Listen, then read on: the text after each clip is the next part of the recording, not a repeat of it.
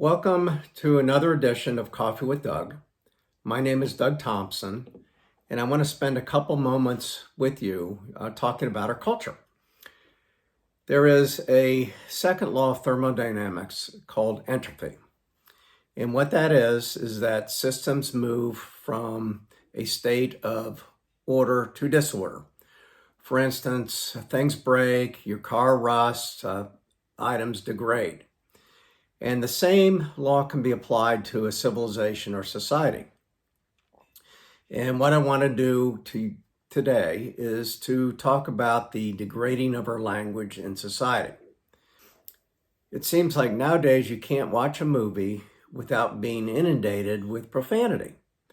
And it seems to have gotten worse. In fact, it's gotten so bad recently that if you cut out all the profanity from some of these movies, you'd be left with a silent movie. I remember as a child, we'd watch episodes of Star Trek, and in which Captain Kirk would be gallantly flying through the galaxy in the Starship Enterprise with his trusty sidekicks, Mr. Spock. And the series went for many years. Then they started to create movies from it. And I remember actually looking forward to watching the Star Trek movie. And I was absolutely shocked when I heard Mr. Spock swear for the first time. And it seemed so out of character from him. I want to tell you about a story about George Washington. He's one of my heroes. In fact, if you look behind me, you can see a picture, and it's Washington addressing the troops at Valley Forge. And I heard that he issued an order restricting profanity. And at first I didn't believe it, but then I took the time to research it, and indeed it was true.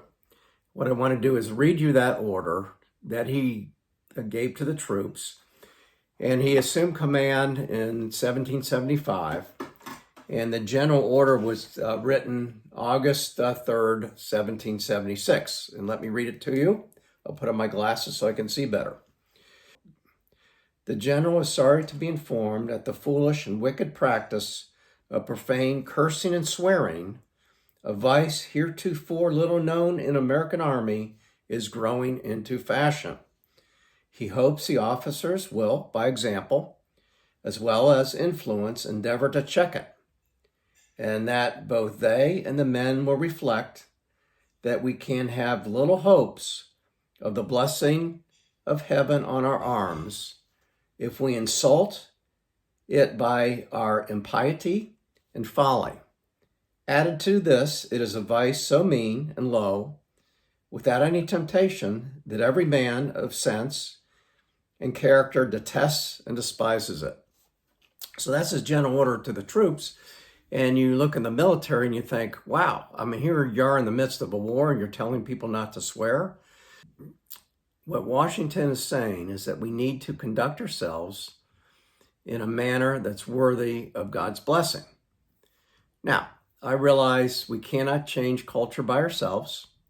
It begins one at a time with you and me. So what I'm asking us to do is to up our game and watch our language. So this is the Culture Commentary Minute with Coffee with Doug. See you next time.